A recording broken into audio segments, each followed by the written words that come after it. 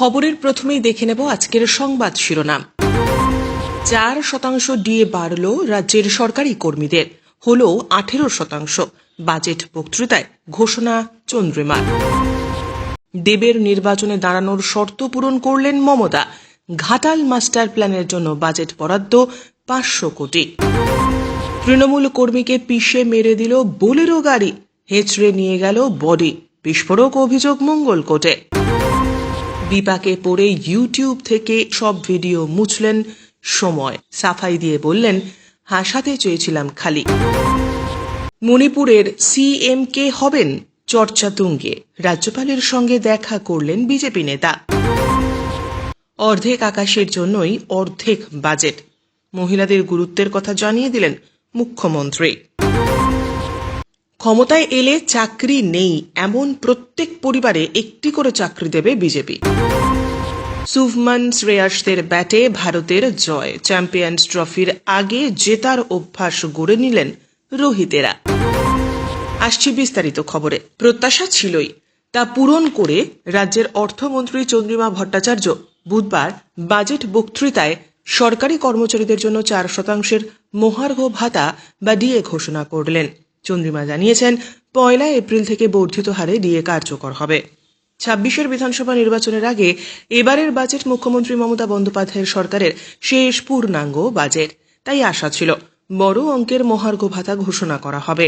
কেন্দ্রীয় সরকারি কর্মচারীদের সঙ্গে এখনও 35% ফারাক থাকলেও এক ধাপে 4% ডিএ পেতে চলেছেন রাজ্যের সরকারি কর্মীরা। মুখ্যমন্ত্রী মমতা বন্দ্যোপাধ্যায় বলেছেন পে কমিশনের টাকা সহ বর্ধিত ডিএ পাবেন সরকারি কর্মীরা, ফলে টাকার পরিমাণ অনেকটাই বাড়বে। সম্প্রতি প্রধানমন্ত্রী নরেন্দ্র মোদীর সরকার কেন্দ্রীয় সরকারি কর্মীদের জন্য 8ম পে কমিশন ঘোষণা করেছেন। এই ঘোষণার পরে কেন্দ্রীয় সরকারি কর্মচারী এবং পশ্চিমবঙ্গ রাজ্য সরকারি কর্মচারীদের জন্য বেতন ডিএর পার্থক্য উল্লেখযোগ্যভাবে বৃদ্ধির পথে। তাতেই ডিএ নিয়ে দীর্ঘদিন ধরে আন্দোলনরত রাজ্য সরকারি কর্মচারী সংগঠনগুলির দাবি আরও জোরালো হয়েছিল। ভোটের কাজে সরকারি কর্মীদের বড় ভূমিকা থাকে, তাই রাজ্য বাজেটে তাদের জন্য বিধানসভা ভোটের আগে রাজ্য সরকারকে অতিরিক্ত কিছু ভাবতে হয়েছে। বর্তমানে কেন্দ্রীয় সরকারি কর্মচারীরা 53% হারে ডিএ পাচ্ছেন, পশ্চিমবঙ্গের সরকারি কর্মচারীরা পাচ্ছিলেন 14% হারে। কেন্দ্র ও রাজ্য সরকারি কর্মচারীদের বেতনে এই উল্লেখযোগ্য ফারাকের কথা তুলে ধরেছিলেন বিরোধী দলনেতাও। এই পরিস্থিতিতে কিছুটা চাপ তৈরি হয়েছিল নবান্নের ওপর। বুধবার ডিএ বাড়িয়ে 18% করার ঘোষণা করল মমতার সরকার। আপনি কোন জেলা থেকে আমাদের এই ভিডিওটি দেখছেন অবশ্যই কমেন্টের মাধ্যমে জানাবেন। ফিরে আসছি পরবর্তী খবরে। কথা রাখলেন মুখ্যমন্ত্রী, লোকসভা ভোটের আগে দেওয়া প্রতিশ্রুতি মতো ঘাটাল মাস্টার প্ল্যানে বিপুল পরিমাণ অর্থ বরাদ্দ। এবারের বাজেটে 500 কোটি টাকা বরাদ্দ করা হয়েছে। নদী বন্ধন প্রকল্পেও 200 কোটি টাকা বরাদ্দ করা হয়েছে। বুধবার বিধানসভায় বাজেট পেশ করেন চন্দ্রিমা ভট্টাচার্য। ঘাটাল মাস্টার প্ল্যানে অর্থ বরাদ্দের কথা ঘোষণার পরেই উচ্ছ্বাস প্রকাশ করেন তৃণমূল সাংসদ দীপক অধিকারী। খুবই আনন্দ হচ্ছে, স্বপ্ন পূরণ হলো বলে মনে হচ্ছে, মন্তব্য করেন তিনি।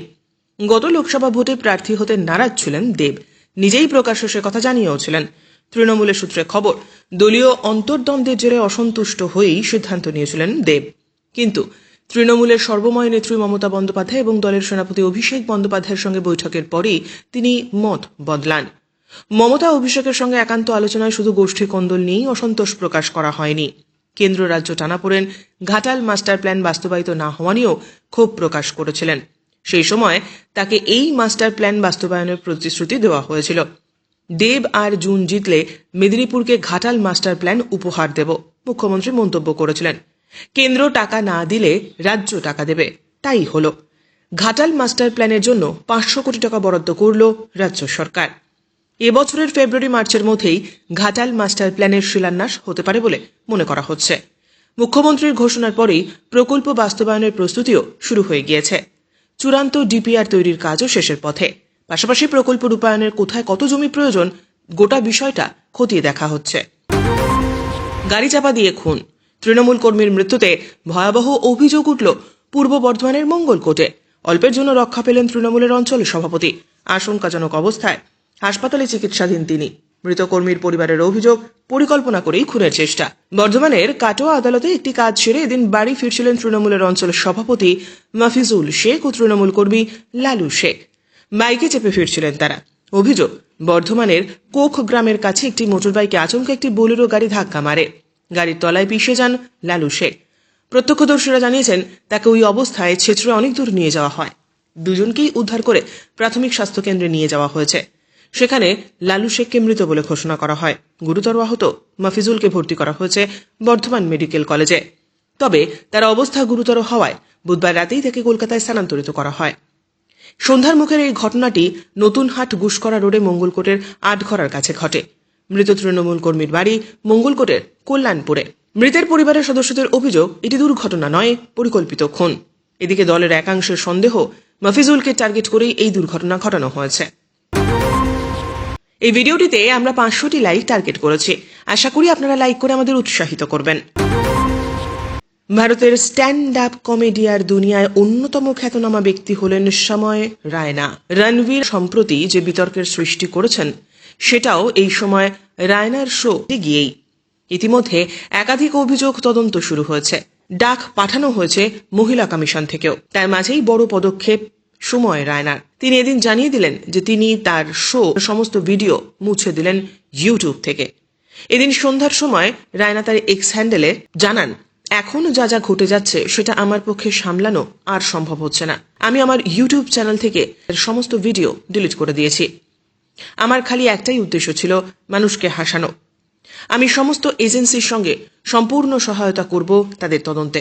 ধন্যবাদ। অনেকেই এই পোস্টে মন্তব্য করেছেন। এক ব্যক্তি লেখেন, এত কথা লিখলেন তাও ভুল করেছেন যে সেটা স্বীকার করলেন না, ক্ষমা চাইলেন না, একেবারেই নির্লজ্জ। আরেকজন লিখলেন, এবার শুধু শুধরে যান। সম্প্রতি সময় রায়নার শোতে এসে বেফাঁস মন্তব্য করে বসেন রণবীর আল্লাবাড়িয়া। বাবা মায়ের যৌনতা নিয়ে প্রতিযোগীকে প্রশ্ন করার ক্লিপ আগুনের মতো ছড়িয়ে পড়ে সোশ্যাল মিডিয়ায়। এদিন জনপ্রিয় সোশ্যাল মিডিয়ার ইনফ্লুয়েন্সারের বাড়িতে পুলিশ পর্যন্ত আসে এই ঘটনার পরিপ্রেক্ষিতে। ক্ষমা চাওয়ার পরেও ভেজেনি চিড়ে। শেষ পর্যন্ত দেখুন আমাদের এই ভিডিওটি। আছে আরও কয়েকটি গুরুত্বপূর্ণ খবর। মণিপুরের মুখ্যমন্ত্রী ইস্তফা দিয়েছেন। চূড়ান্ত রাজনৈতিক অস্থিরতার মধ্যে মুখ্যমন্ত্রীর পদ ছেড়ে দেন মণিপুরের এন বীরেন সিং। তাহলে এবার মুখ্যমন্ত্রীকে? বুধবার বিজেপির উত্তর পূর্বের ইনচার্জ সম্বিত পাত্র রাজ্যপাল অজয় কুমার ভাল্লা এবং একাধিক বিধায়কের সঙ্গে দেখা করেন। সূত্রের খবর, এমএলএ এল সুসিন্দো একজন ক্যাবিনেট মন্ত্রী বীরেন শাহের মন্ত্রিসভায় ছিলেন। তিনি ইম্ফলের হোটেলে অন্তত দুবার দেখা করেন সম্বিত পাত্রের সঙ্গে। একবার রাজ্যপালের সঙ্গে সম্বিত পাত্রের দেখা করার আগে, আর একবার রাজ্যপালের সঙ্গে সম্বিত পাত্রের দেখা করার পরে। তবে সুসিন্দ্র মিডিয়ার সঙ্গে এ নিয়ে কোনো কথা বলতে চাননি। সম্বিত পাত্র সকাল 10:18 নাগাদ রাজভবনে যান। 11:36 বেরিয়ে যান। এরপরেই মিটিং। এমএলএ করম শ্যাম তিনিও সম্বিত পাত্রের সঙ্গে দেখা করেছেন। তিনি মিডিয়াকে জানিয়েছেন, রাজনৈতিক অস্থিরতা রয়েছে, সেটা নিয়ে আগামী দুদিনের মধ্যে কিছু একটা উন্নতি হবে। এদিকে 24-এ মাত্র 2টি অধিবেশন হয়েছিল রাজ্য বিধানসভায়। 28শে ফেব্রুয়ারি থেকে 5 দিনের সেশন, 31শে জুলাই থেকে 9 দিনের সেশন। 12ই আগস্ট স্পিকার টি.এইচ. সত্যব্রত 12তম মণিপুর বিধানসভার 6ষ্ঠ অধিবেশন স্থগিত করে দেন। এদিকে মণিপুরের সামগ্রিক রাজনৈতিক পরিস্থিতি টালমাটাল। আগামী দিনে কি হয় এখন সেটাই দেখার। তবে আশা করা হচ্ছে দিন দুয়েকের মধ্যে কিছু একটা সিদ্ধান্ত সামনে আসতে পারে। তার নির্বাচনী সাফল্যের অন্যতম ভিত্তি মহিলাদের সমর্থন। মুখ্যমন্ত্রী মমতা বন্দ্যোপাধ্যায় বুধবার রাজ্য বাজেট সম্পর্কে বলতে গিয়ে বলেছেন, এই বাজেটের অনেকটাই মহিলাদের জন্য। মুখে অনেকে মহিলাদের অর্ধেক আকাশ বললেও কাজে করেন না। মহিলাদের ক্ষমতায়নের ব্যাপারে মুখ্যমন্ত্রী হওয়ার পর থেকেই বিভিন্ন পদক্ষেপ গ্রহণ করেছেন মমতা। 26-এর ভোটের আগে শেষ পূর্ণাঙ্গ বাজেটেও মহিলাদের ওপর গুরুত্ব আরোপের কথা উল্লেখ করেছেন। বিধানসভায় বুধবার রাজ্য বাজেট পেশ করেন অর্থ প্রতিমন্ত্রী চন্দ্রিমা ভট্টাচার্য। তারপরে চন্দ্রিমা এবং অর্থনৈতিক উপদেষ্টা অমিত মিত্রকে পাশে বসিয়ে সাংবাদিক বৈঠক সারেন মুখ্যমন্ত্রী। অর্ধেকটাই মহিলাদের জন্য এই বাজেট। প্রসঙ্গত, রাজ্য বাজেটে এবার যে যে ক্ষেত্রে বরাদ্দ বৃদ্ধি পেয়েছে তার মধ্যে অন্যতম নারী এবং শিশু কল্যাণ দপ্তর। বাজেটে এও ঘোষণা করা হয়েছে যে রাজ্যের 70,000 আশা এবং অঙ্গনওয়াড়ি কর্মীরা স্মার্টফোন পাবেন। তার জন্য 200 কোটি টাকা বরাদ্দ করা হয়েছে। মহিলা ভোটারেরা তাকে ঢালাও ভোট দিয়েছেন। প্রতিদানে মমতাও তাদের ঘরের মেয়ে হয়ে উঠেছেন। শুধু নিজে মহিলা বলেই নয়, সামগ্রিকভাবেও মহিলাদের অগ্রণী ভূমিকা নেওয়ার বিষয়ে মমতা বারবার গুরুত্ব আরোপ করেছেন। তিনি বলেন, অন্যেরা মুখে বলে আমরা করে দেখাই, আর মহিলা সমর্থনে ভাটা পড়ার একমাত্র আশঙ্কা শাসক শিবিরে তৈরি হয়েছিল আর্যিকর আন্দোলনের সময়। কিন্তু তারপরেও 6টি নির্বাচনে মমতা দেখে নিয়েছেন মহিলাদের আস্থা এবং ভরসা তার উপরেই রয়েছে। বস্তুত নারী ক্ষমতায়নের বিষয়ে মমতা যে পদক্ষেপ করেছেন এবং করছেন, বিরোধী শিবিরও তার বিরোধিতা করতে পারছে না। বিজেপি ক্ষমতায় এলে চাকরি নেই এমন প্রত্যেক পরিবারের একজনকে চাকরি দেওয়ার প্রতিশ্রুতি দিলেন রাজ্যের বিরোধী দলনেতা শুভেন্দু অধিকারী। বুধবার বিকেলে রাজ্য বাজেট পেশের পর বিধানসভার বাইরে সাংবাদিকদের মুখোমুখি হয়ে একথা জানালেন তিনি। বাজেটে রাজ্যের 2,15,00,000 বেকারের সঙ্গে প্রতারণা করেছে রাজ্য সরকার। একই সঙ্গে জনকল্যাণমূলক প্রকল্পে রাজ্য সরকার বরাদ্দ না বাড়ানোর সমালোচনা করেন তিনি। এদিন শুভেন্দু বলেন, মমতা বন্দ্যোপাধ্যায়ের সরকারের শেষ বাজেট বেকার বিরোধী।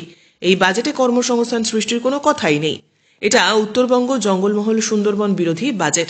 সমগ্র উত্তরবঙ্গে নদী ভাঙন, সেট প্রকল্প, পাহাড়, চা বাগানের উন্নয়ন, চা শ্রমিকদের জন্য প্রকল্পের কোনো উল্লেখই নেই বাজেটে। কৃষক বন্ধু প্রকল্পে কোনো বরাদ্দ বৃদ্ধি হয়নি। কৃষক বীমা প্রকল্পেও বরাদ্দ বাড়েনি। এই বাজেটে এমন কতগুলি প্রকল্পের উল্লেখ করা হয়েছে যার কাজ ভোটের আগে শেষ করতে পারবে না সরকার। ঘাটাল মাস্টার প্ল্যানের জন্য 1 ছটাক জমি অধিগ্রহণ করা হয়নি, অথচ এই প্রকল্পে 500 কোটি টাকা বরাদ্দ করেছে রাজ্য। লক্ষ্মীর ভান্ডার প্রকল্পে বরাদ্দ না বাড়ানোয় মমতা বন্দ্যোপাধ্যায়ের সরকারকে তীব্র সমালোচনা বিজেপির। বিজেপি শাসিত রাজ্যে মহিলাদের 2,500 থেকে 3,000 টাকা করে দেওয়া হচ্ছে, সেখানে পশ্চিমবঙ্গের মহিলারা পাচ্ছেন মাত্র 1,000 টাকা। একই সঙ্গে তিনি বলেন, 15 বছরে মমতা বন্দ্যোপাধ্যায় 15তম বাজেটে বেকার যুবক যুবতীদের সঙ্গে বিশ্বাসঘাতকতা করলেন। আগামী 26 সালে পূর্ণাঙ্গ বাজেট ভারতীয় জনতা পার্টির সরকার পেশ করবে। যে বাড়িতে চাকরি নেই এমন প্রত্যেক বাড়িতে একটি করে চাকরি দেওয়া হবে। নিয়মিত সঠিক খবর পেতে অবশ্যই আমাদের চ্যানেলটিকে সাবস্ক্রাইব করুন। পরপর 2টি টেস্ট সিরিজে হারের লজ্জা অতীত। সাদা বলের ক্রিকেটে ঝকঝকে ভারতীয় ক্রিকেট। ইংল্যান্ডের বিরুদ্ধে টি20 সিরিজের পর একদিনের সিরিজেও ভারতীয় দলের দাপট।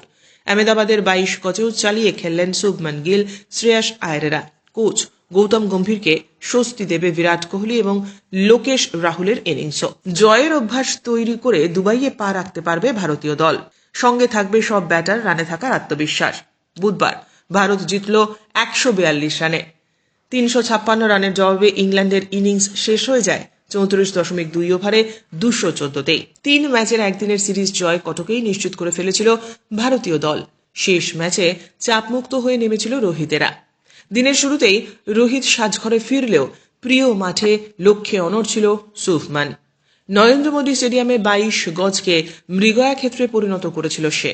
টেস্ট, আন্তর্জাতিক টি20তেও 100 রান রয়েছে। বুধবার একদিনের আন্তর্জাতিক 100 রান করে বৃত্ত পূর্ণ করলেন ভারতীয় দলের সহ অধিনায়ক। 14টি 4, 3টি ছক্কার সাহায্যে 102 বলে 112 রান। খুশি হবেন শ্রেয়াসকে নিয়েও। মিডল অর্ডারে তিনি ভরসা। গত একদিনের বিশ্বকাপের মতোই সাবলীল ব্যাটিং করেছেন। আহমেদাবাদে খেললেন 64 বলে 78 রানের ইনিংস। মারলেন 8টি 4, 2টি ছক্কা। চ্যাম্পিয়ন্স ট্রফির আগে শেষ ম্যাচে কোহলি এবং রাহুলের ইনিংস স্বস্তি দেবে ভারতীয় শিবিরকে। বেশ কিছুদিন ধরে রান পাচ্ছিলেন না বিরাট কোহলি।